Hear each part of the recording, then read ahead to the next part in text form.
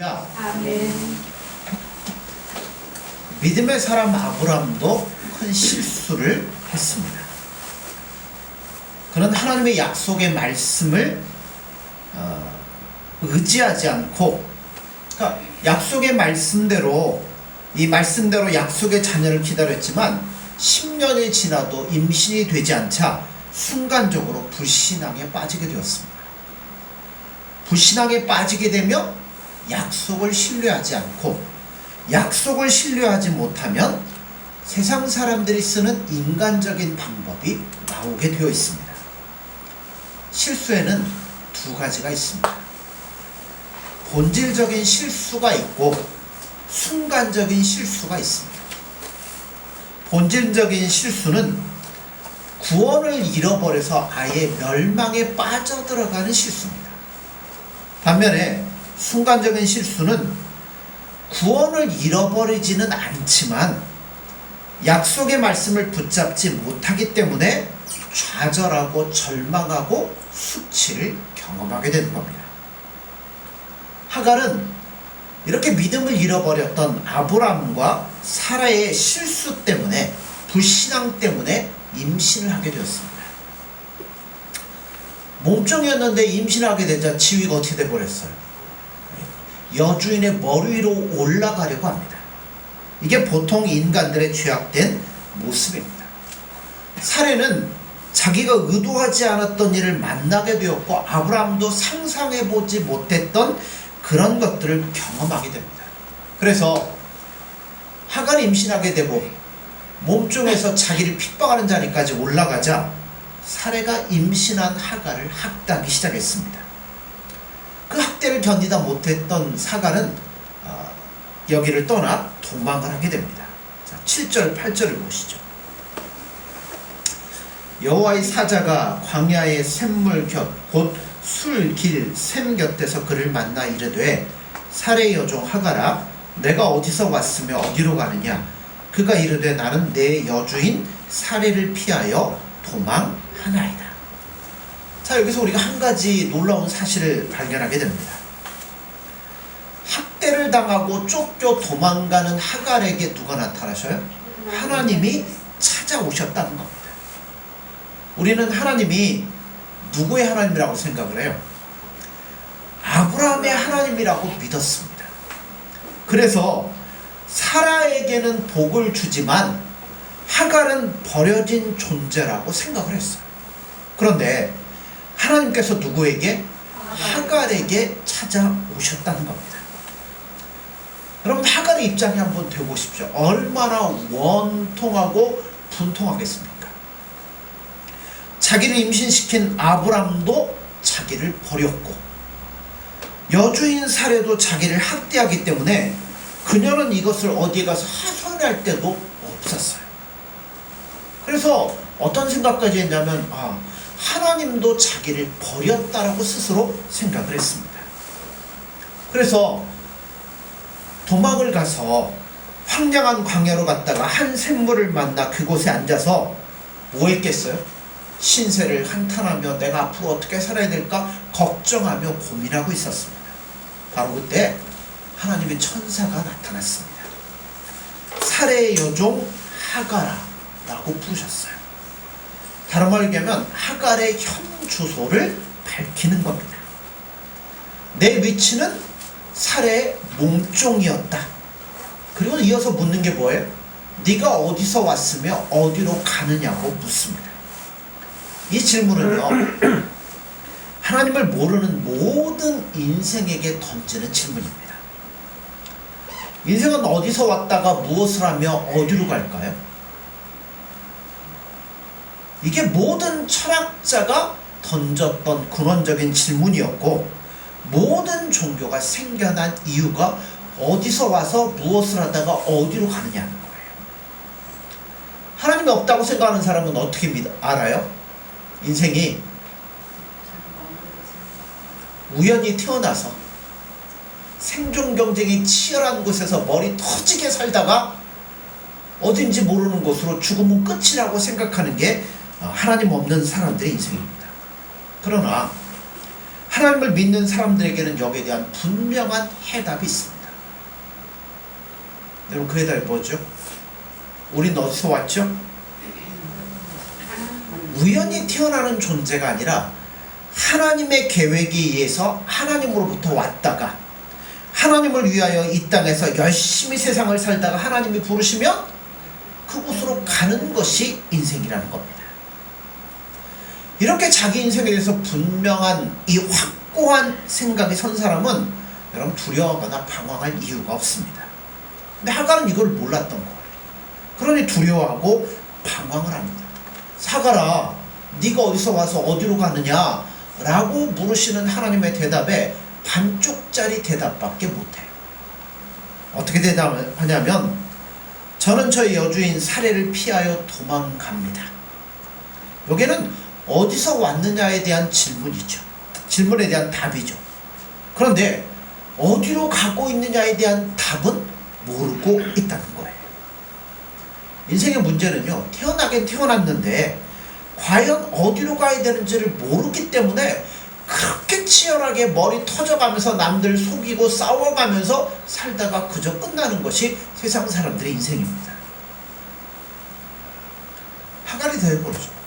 내가 도망을 가기는 가는데 어디로 가야 되는지는 나는 지금 모르겠습니다 라고 대답을 합니다. 하나님은 그 하갈을 불쌍히 여기시니까 그냥 내버려 두지 않습니다. 아브라함에게도 사라에게도 버림을 받았지만 여러분, 하나님은 버리시지 않으십니다. 하나님은 여러분을 절대 버리지 않으십니다. 하나님은 여러분들의 신음소리를 다 듣고 계십니다. 억울한 마음, 애통한 마음, 분한 마음, 하나님은 다 들으시고 이해하고 계시다는 겁니다. 이스라엘 백성들 애굽에서 400년이 넘는 기간 동안 포로로 살아갈 때, 이 식민지로 살아갈 때 하나님께서 그들의 신음소리를 들으시고 모세를 보내셔서 그들을 해방을 시키셨습니다. 바벨론의 포로로 70년간 끌려갔는데 그때도 그들의 기도와 신음소리에 하나님은 응답해 주셨습니다. 신약에 보면 소경 이 거지 바디메오가 다윗의 자손 예수여 나를 불쌍히 여기소서 절규할 때 예수님은 그의 소리를 외면하지 않으시고 들으시고 응답해 주셨습니다. 우리가 알고 있는 삭개오, 예수님을 만나보려고 뽕나무 위에 올라가서 한마디도 못하고 있는데 그 밑을 지나가시던 예수님이 그를 보고 뭐라고 하셔요? 삭개오야, 속히 내려오라, 내가 오늘 너의 집에 유하여야겠느냐 라고 말씀을 합니다. 요한복음 10장 18절에 보면 내가 너희를 고아와 같이 내버려두지 않겠다라고 말씀합니다. 이사야 49장 15절에 보면 여인이 어찌 그 젖먹는 자식을 잊겠으며 자기 태에서 난 아들을 긍휼히 여기지 않겠느냐. 그들은 혹시 잊을지라도 나는 너희를 잊지 않을 것이라 말씀을 합니다. 하나님은 여러분의 소리에, 여러분의 기도 소리를 들으시고 신음 소리를 들으시는 분이 하나님이십니다. 자, 9절을 보세요. 여호와의 사자가 그에게 이르되 내 여주인에게로 돌아가서 그 수하에 복종하라. 하나님은 또 한 번 우리를 놀라게 하십니다. 자, 하갈이 그 핍박하는 손길을 피해서 도망갔으면 하나님이 나타나서 어떤 답을 주셔야 돼요? 자, 여기서부터 동쪽으로 30km만 가면 앞으로 네가 거기서 잘 살 수 있는 땅이 있다, 뭐 이런 식으로 얘기를 해주든가 그래야 되는데 하나님 뭐라고 그래요? 지긋지긋한 학대를 피해서 도망왔는데 거기로 다시 돌아가는 겁니다. 이 말을 들을 때 하갈의 마음이 어떻겠어요? 죽으면 죽었지 그곳으로 가고 싶지 않겠다는 마음이 있었을 거예요. 그러나 하나님은 그곳으로 돌아가라 말씀을 합니다. 여기서 발견하는 믿음의 비밀은 뭐냐면 순종이라는 거예요. 여러분, 축복의 열쇠는 순종에 달려 있습니다. 내 여주인에게로 돌아가라. 하나님이 말씀할 때는 이미 뭐 하신다는 거예요? 이 물밑에서 작업을 이미 하나님이 다 하고 있으니까 네 마음은 지금 불편하고 가면 또 죽을 것 같지만 네가 순종하고 가라는 의미가 그 안에는 담겨져 있습니다. 돌아가면 아브라함도 변할 것이고 사례도 변할 것이니까 너는 걱정하지 말고 돌아가라는 겁니다. 여러분, 순종은요 세상을 변화시킬 수 있습니다. 순종은요 상황을 변화시킬 수 있습니다. 옛 주인에게로 돌아가라는 말은 네가 원래 본래의 위치로 환원하라는 겁니다. 여러분, 참된 행복은 제자리로 돌아가는 거예요. 어떤 자리요? 하나님과 예수님과 우리와의 본래 자리로 돌아갈 때 거기에 참된 행복이 있고 여러분 축복이 있고 은혜가 있는 거예요. 사람의 생각으로 볼 때는 나 거기 가면 또 핍박을 받을 텐데 뭐 예수님의 말씀대로 살아서 되는 거 있습니까? 세상 사람은 그렇게 얘기하겠죠. 불합리한 것 같고 안 되는 것 같죠. 그러나 여러분, 우리가 순종함으로 그 말씀을 붙잡고 나아갈 때 모든 것들은 변화될 수밖에 없다는 겁니다. 하나님도 마찬가지. 그러니 죄인된 인간이 여러분 행복해질 수 있는 비결은 하나님과 흐트러진 관계를 회복하고 하나님께로 돌아가는 것이 복된 겁니다. 그러니까 하나님은 끊임없이 우리에게 뭐라고 그래요? 돌아오라 라고 말씀을 하는 겁니다. 제 위치로 돌아가라 하는 말씀은 야, 너 가서 또 고생해라, 어려움 당해라, 하갈을 괴롭히는 말씀이 아닙니다. 사례의 몸쪽으로 돌아가라 하는 것은 이 하갈의 입장에서는 굉장히 힘들고 어려운 일입니다. 그러나 반대로 한번 생각을 해봐요. 그렇게 힘들고 자존심 상하고 어렵지만 만약 하갈이 하나님이 가라고 하니까 제가 가겠습니다 하고 갈 때 아무 생각 없이 갈까요? 돌아가겠다고 마음을 결정했다면 하갈의 마음이 아마 새로워졌을 거예요. 그래, 한번 견뎌보지 뭐. 이것보다 더 심한 것도 내가 이겨내야지. 그런 마음을 가지고 자기의 성격을 죽이고 하나님의 뜻 앞에 순종을 하게 됐습니다. 아랫사람이나 윗사람이나 모든 사람들은 자기자기로 돌아가야 됩니다. 학생들은 학생의 위치가 있고 선생님은 선생님의 위치가 있잖아요. 오늘날 이게 막 뒤집어져가지고 무슨 인권 뭐 이렇게 따져가지고 선생님들도 참 힘든 이 세상을 살아가고 있는데요. 깨어진 자리로 다시 돌아오게 하는 열쇠가 뭐냐면 순종이라는 거예요. 우리가 송구 영신예배 때 에베레스에 하나님께서 여기까지 우리를 도우셨습니다. 올 한 해도 하나님 우리를 도우실 겁니다. 하나님 우리를 도우시려면 우리가 하나님 앞에 어떻게 해야 돼요? 그 말씀 앞에 순종함으로 다가갈 때 하나님께서 우리를 도와주시리라 믿습니다. 그래서 오늘 우리가 순종이라는 이 것에 대해서 오늘 말씀을 나누고 있습니다. 자기의 감정이 아니라 하나님의 말씀 앞에 순종해야 되는 거예요. 그걸 가장 잘 보여주셨던 분이 누구죠? 예수님이십니다. 그는 본래 하나님이셨지만 하나님과 동등됨을 취하지 아니하시고 오히려 자기를 비워 종의 형체를 가져 사람과 같이 되셨고 사람의 모양으로 나타나셨음에 자기를 낮추시고 죽기까지 복종하셨으니 곧 십자가에서 죽으십니다. 예수님의 삶을 한마디로 요약하면 하나님의 뜻에 순종하시는 삶이었습니다.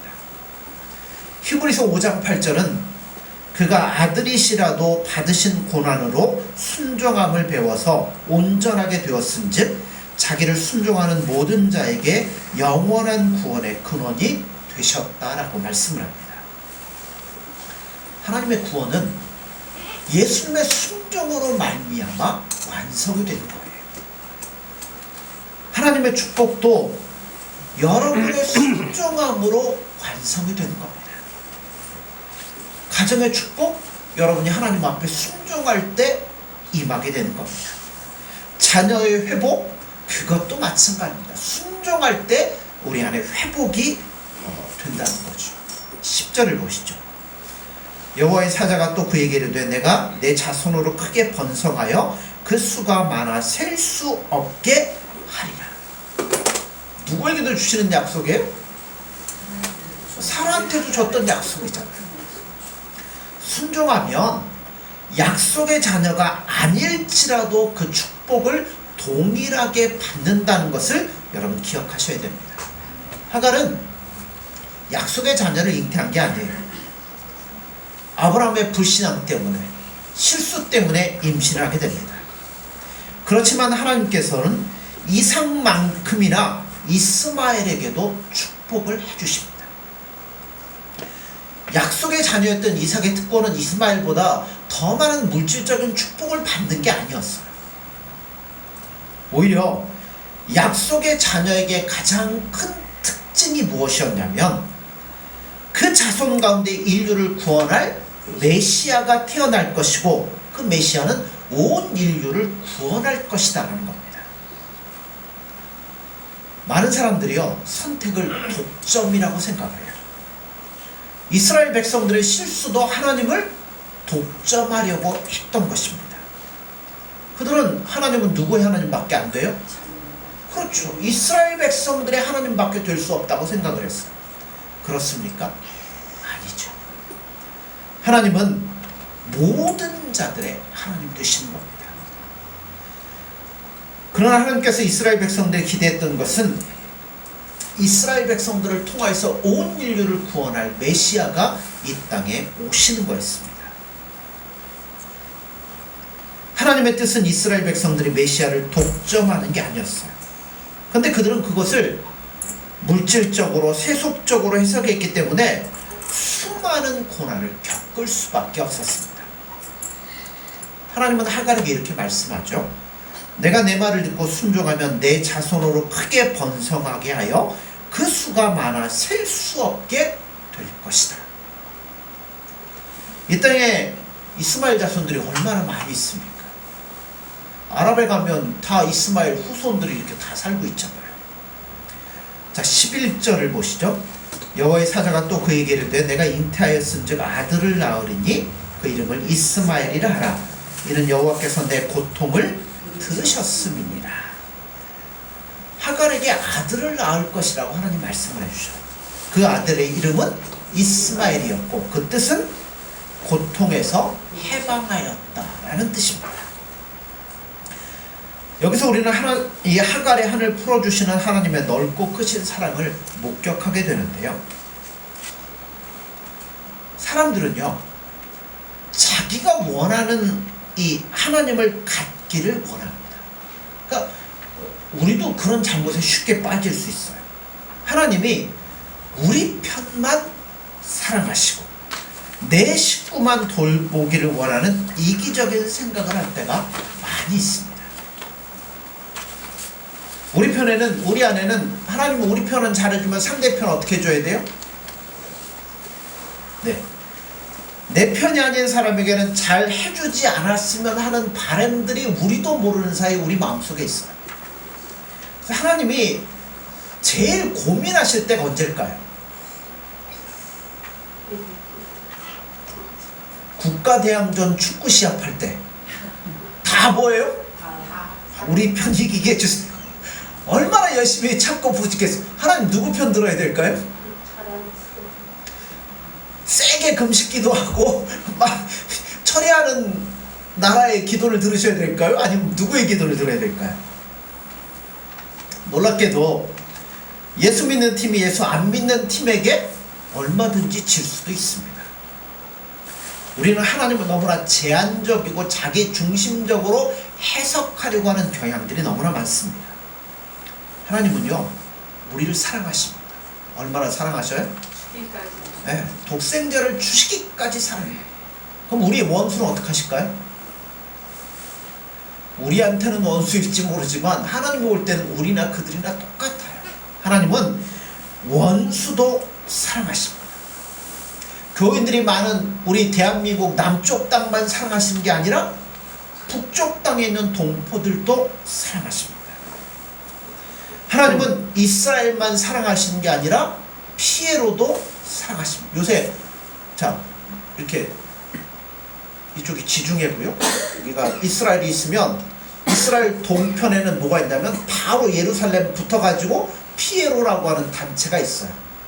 그리고 왼쪽 편 이 서쪽 편에 이 땅끝에 보면 요 밑으로 조금밖에 하마스라는 곳이 있어요. 지금 요새 거기 막 전쟁하고 있잖아요.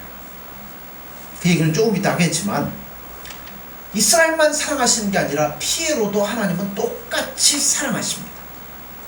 하나님은 넓고 크고 영원하신 분입니다. 오늘의 말씀을 보면 비록 이스마엘이 실수로 태어난 자녀지만 하나님께서는 아브라함의 약속의 자녀처럼 하갈의 자녀도 축복하고 있다는 사실을 여러분은 보셔야 된다는 겁니다. 자, 12절을 보세요. 자, 그가 사람 중에 들나귀같이 되리니 그 손이 모든 사람을 치겠고 모든 사람의 손이 그를 칠지며 그가 모든 형제의 동방에서 살리라 하니라. 여러분, 하나님은요 그냥 말씀하시는 게 없어요. 이 말씀 그대로 지금 이루어져 있습니다.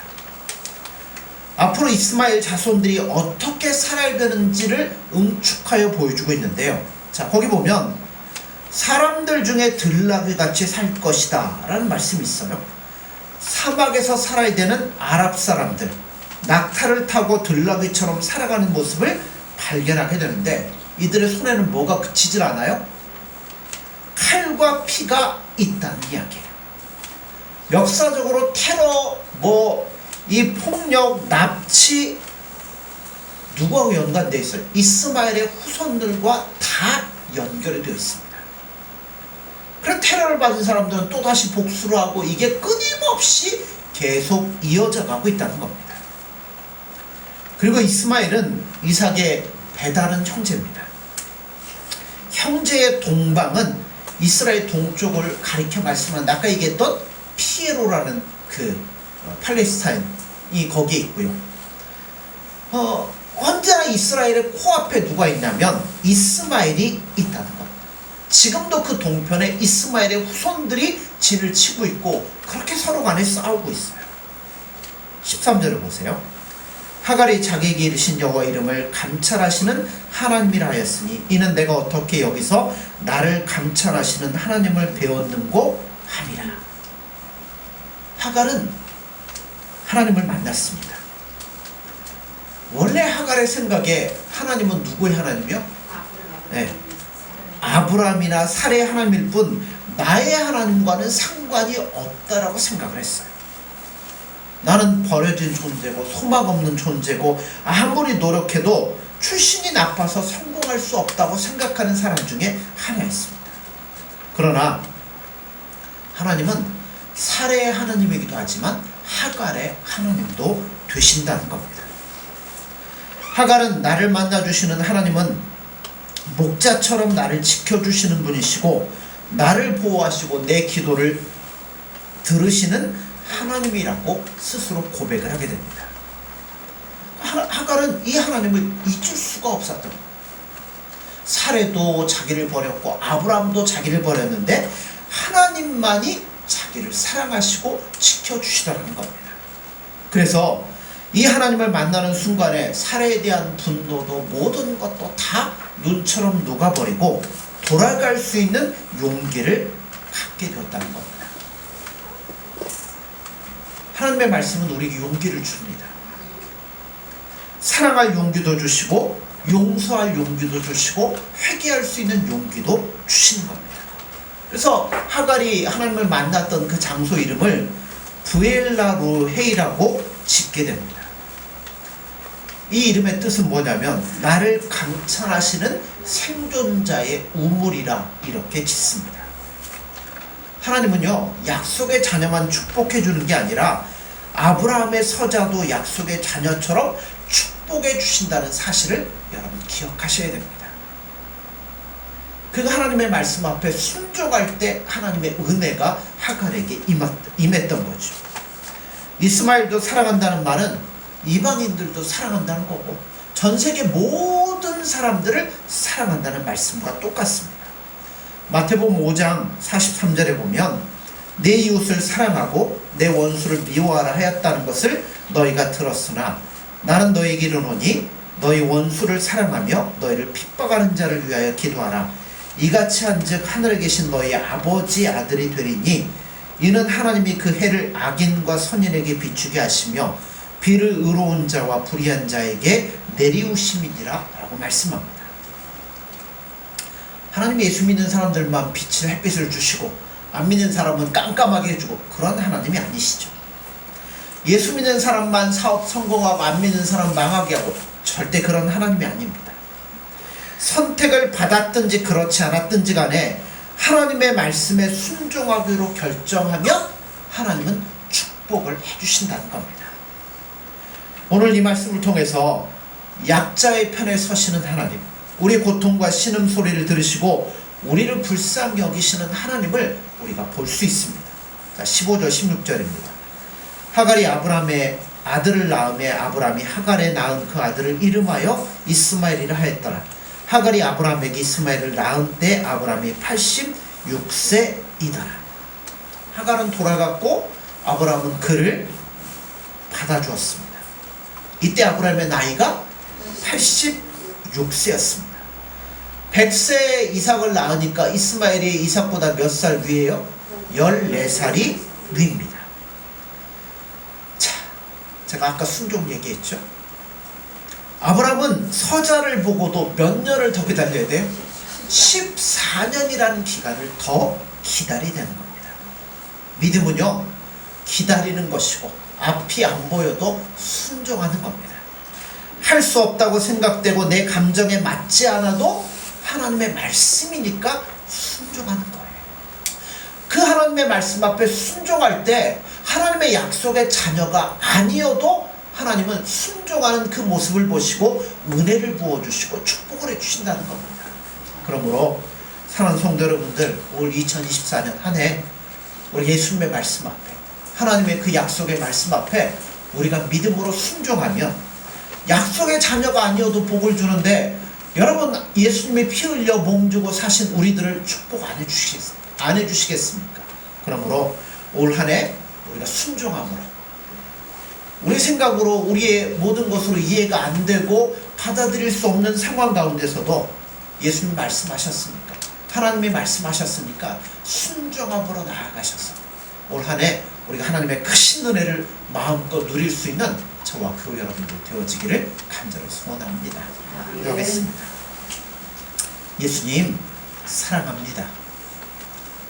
하나님은 신음하는 자의 그 목소리를 외면치 아니하시고 말씀하시며 그 말씀 앞에 순종함으로 다가갈 때 하나님 그 손길 가운데 큰 은혜를 부어주심을 그들의 말씀을 통해 살펴봅니다. 하나님 처처에 기근이 있고 전쟁이 있고 저희들이 피부로 느끼는 것은 날마다 주의 나라가 점점 가까이 오는 것을 느낍니다. 하나님, 이런 세상 가운데서 저희들이 올 한 해 어떤 마음과 신앙을 가지고 살아야 되겠습니까? 주님, 우리 안에 순종할 수 있는 은혜를 주옵소서. 예수님의 말씀을 붙잡고 예수님의 뜻을 붙잡고 순종함으로 끝까지 주님 앞에 다가갈 수 있는 저희들의 심령이 될 수 있도록 도와주셔서, 순종할 때 하나님의 크신 은혜가 임했던 것처럼 우리의 삶에도 하나님의 크신 은혜가 올 한 해는 풍성히 임할 수 있도록 도와주셔서 우리가 이 땅을 살아갈 때 부족함이 없이 주님과 즐거이 동행할 수 있는 복된 삶이 될 수 있도록 함께하여 주옵소서. 예수님의 이름으로 기도드립니다.